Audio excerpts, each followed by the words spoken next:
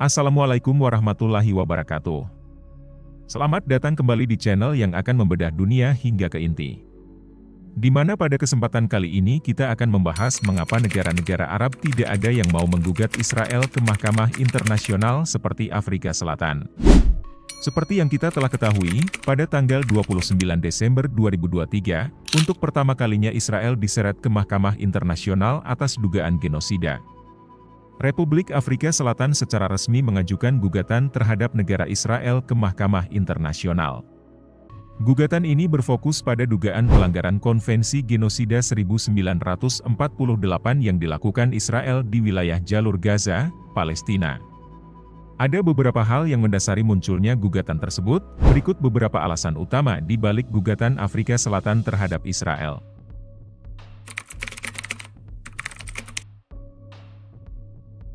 Pertama, dugaan atas genosida. Afrika Selatan menuding Israel melakukan tindakan genosida terhadap rakyat Palestina di Jalur Gaza, termasuk pembunuhan, deportasi, dan penyiksaan. Afrika Selatan mengemukakan bukti-bukti seperti serangan militer Israel yang menargetkan warga sipil, blokade Gaza yang menyebabkan krisis kemanusiaan, dan kebijakan Israel yang ditujukan untuk menghancurkan identitas Palestina.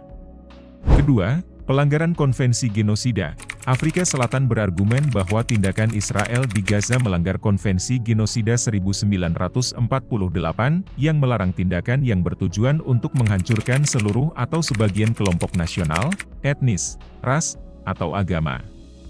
Afrika Selatan menuntut Mahkamah Internasional untuk menyatakan bahwa Israel telah melakukan genosida dan memerintahkan Israel untuk menghentikan tindakannya. Ketiga, solidaritas dengan Palestina. Afrika Selatan memiliki sejarah panjang solidaritas dengan rakyat Palestina dan perjuangan mereka untuk kemerdekaan. Afrika Selatan melihat gugatan ini sebagai cara untuk menunjukkan dukungannya kepada rakyat Palestina dan membantu mereka mencapai keadilan. Keempat, tanggung jawab moral. Afrika Selatan merasa memiliki tanggung jawab moral untuk melawan pelanggaran hak asasi manusia dimanapun di dunia. Afrika Selatan percaya bahwa gugatan ini adalah cara untuk menegakkan hukum internasional dan melindungi rakyat sipil dari kekejaman. Kelima, memperkuat upaya perdamaian. Afrika Selatan percaya bahwa gugatan ini dapat membantu memperkuat upaya perdamaian di Timur Tengah. Afrika Selatan berharap putusan Mahkamah Internasional akan mendorong Israel untuk mengakhiri pendudukannya di wilayah Palestina dan mencapai solusi yang adil dan damai dengan rakyat Palestina. Sidang perdana yang bertujuan untuk mendengar pendapat diadakan pada tanggal 11–12 Januari 2024. Afrika Selatan dan Israel menyampaikan argumen mereka secara lisan di hadapan hakim-hakim Mahkamah Internasional. Dilanjutkan dengan pembelaan tertulis oleh kedua pihak dengan mengajukan dokumen tertulis yang berisi argumen dan bukti mereka. Para hakim kemudian melakukan musyawarah untuk mencapai putusan. Pada akhirnya, putusan Mahkamah Internasional dibacakan pada tanggal 26 Januari 2024. Dari sidang tersebut menghasilkan 6 putusan seperti berikut. Pertama, Israel harus mengambil segala tindakan yang mungkin dilakukan untuk mencegah tindakan sebagaimana diuraikan dalam Pasal 2 Konvensi Genosida 1948. Hal ini mencakup tidak membunuh anggota suatu kelompok tertentu, dalam hal ini, warga Palestina, tidak menyebabkan kerugian fisik atau psikologis terhadap anggota kelompok tersebut, tidak menimbulkan kondisi kehidupan yang diperkirakan akan mengakhiri keberadaan suatu bangsa, dan tidak melakukan tindakan yang dirancang untuk mencegah kelahiran dalam kelompok orang tersebut. Kedua, Israel harus memastikan militernya tidak melakukan tindakan apapun sesuai perintah nomor 1. Ketiga, Israel harus mencegah dan menghukum hasutan langsung dan publik untuk melakukan genosida terhadap anggota kelompok Palestina di Jalur Gaza. Keempat, Israel harus memastikan tersedianya layanan dasar dan bantuan kemanusiaan penting bagi warga sipil di Gaza. Kelima, Israel harus mencegah penghancuran bukti kejahatan perang di Gaza dan mengizinkan akses misi pencarian fakta. Keenam, Israel harus menyerahkan laporan tentang semua langkah yang telah diambilnya untuk mematuhi tindakan yang diberlakukan oleh pengadilan dalam waktu 1 bulan setelah keputusan diambil dan Afrika Selatan akan mempunyai kesempatan untuk menanggapi laporan ini.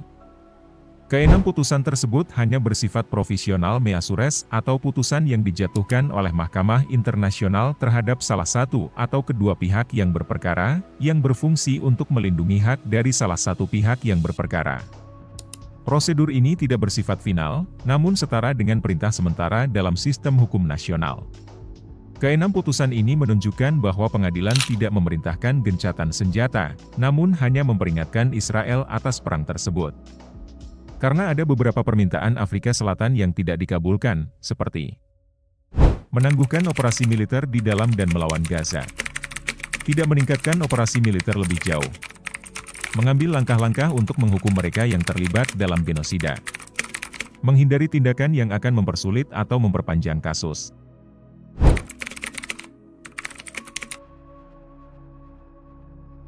Pada dasarnya, semua negara yang berdaulat dan menjadi anggota Perserikatan Bangsa-Bangsa memiliki hak untuk mengajukan kasus terhadap negara lain di Mahkamah Internasional. Hal ini tercantum dalam pasal 34 ayat 1 Statuta Mahkamah Internasional yang menyatakan, hanya negara bagian yang dapat menjadi pihak dalam perkara yang diajukan ke mahkamah. Selain itu, terdapat beberapa organisasi internasional yang memiliki hak untuk mengajukan kasus di Mahkamah Internasional, seperti Organisasi Kesehatan Dunia, Organisasi Buruh Internasional, Organisasi Pendidikan, Ilmu Pengetahuan, dan Kebudayaan, Organisasi Pangan dan Pertanian.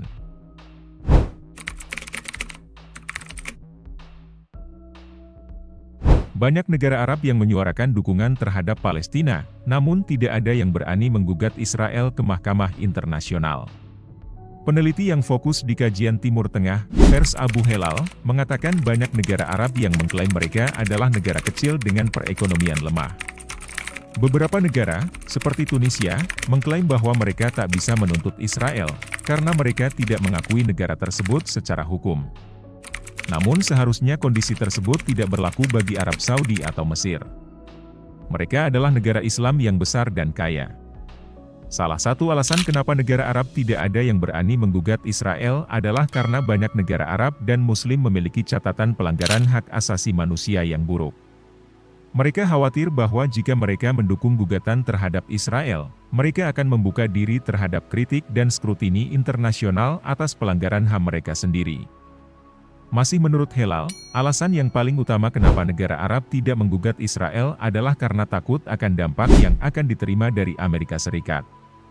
Seperti yang diketahui, Mesir memiliki hubungan diplomatik dengan Israel. Presiden Mesir, Abdel Fattah el-Sisi juga berusaha meningkatkan hubungan dengan negara Zionis ini. Di lain sisi, Arab Saudi memiliki persoalan lain. Mereka tengah bernegosiasi soal normalisasi dengan Israel yang dibantu Amerika, menyusul negara Arab lainnya seperti Qatar, Bahrain, Maroko, Mesir dan Uni Emirat Arab, yang telah menjalin hubungan diplomatik dengan negara Zionis ini. Hal ini juga diperkuat dengan adanya beberapa negara Arab dan Muslim memiliki hubungan ekonomi dan politik yang kuat dengan Israel. Mereka tidak ingin merusak hubungan ini dengan menggugat terhadap Israel. Karena alasan-alasan tersebut, negara-negara Arab tidak ada yang berani menggugat Israel. Ditambah, hal tersebut dicampur dengan kepentingan politik dan Amerika yang berdiri di belakang Israel. Seperti yang kita ketahui, Amerika adalah negara yang mendukung Israel dari awal penjajahan mereka ke Palestina. Menurut analisis Blue Marble, Amerika telah memveto total 89 resolusi Dewan Keamanan sejak tahun 1945, yang berarti lebih dari separuh vetonya digunakan pada resolusi-resolusi yang mengkritik Israel. Dari resolusi yang diveto, 33 resolusi berkaitan dengan pendudukan Israel di wilayah Palestina, atau perlakuan negara tersebut terhadap rakyat Palestina. Dan sejak 25 tahun terakhir sejak 2001, Amerika telah menggunakan hak vetonya untuk mendukung Israel sebanyak 14 kali. Namun, ada sumber yang mengatakan jika Afrika Selatan sempat meminta negara Arab dan negara mayoritas Muslim tak bergabung dengan mereka untuk menggugat Israel. Afrika Selatan memandang keterbatasan waktu dan pengalaman menjadi faktor mereka mengambil sikap tersebut. Afrika Selatan juga punya kemauan politik yang komprehensif dan pengalaman yang diperlukan. Afrika Selatan memiliki sejarah panjang perjuangan melawan apartheid, sistem rasisme institusional yang diberlakukan di negara tersebut dari tahun 1948 hingga 1994. Pengalaman ini membuat Afrika Selatan memiliki rasa solidaritas yang kuat dengan rakyat Palestina yang tertindas di bawah pendudukan Israel. Selain itu, terdapat dukungan publik yang kuat di Afrika Selatan untuk tindakan pemerintah dalam menggugat Israel. Masyarakat Afrika Selatan umumnya mendukung rakyat Palestina dan menentang pendudukan Israel. Ditambah Afrika Selatan adalah negara dengan pengaruh besar di benua Afrika sehingga mereka berani melakukan gugatan terhadap Israel. Namun di tengah perjuangan Afrika Selatan, ada banyak negara, organisasi, kelompok advokasi dan kelompok masyarakat sipil yang mendukung mereka termasuk negara-negara Arab. Seperti Organisasi Negara-Negara Islam, Malaysia, Turki, Yordania, Bolivia, Maladewa, Liga Arab, Kolombia, Brazil dan beberapa kelompok organisasi di seluruh dunia seperti Associazione Nacional de Amistad Italia Cuba di Italia, dan Kolektif Judeo-Arabe et Citoyen pour la Palestine di Prancis. Pada intinya, untuk dapat memberikan hasil yang terbaik kita harus bersatu untuk membantu Palestina. Jangan sampai kita terpecah belah, dukungan harus selalu digaungkan untuk Palestina. Karena banyak rakyat yang tidak berdosa menjadi korban jiwa atas peristiwa ini. Semoga video ini bermanfaat bagi kita semua.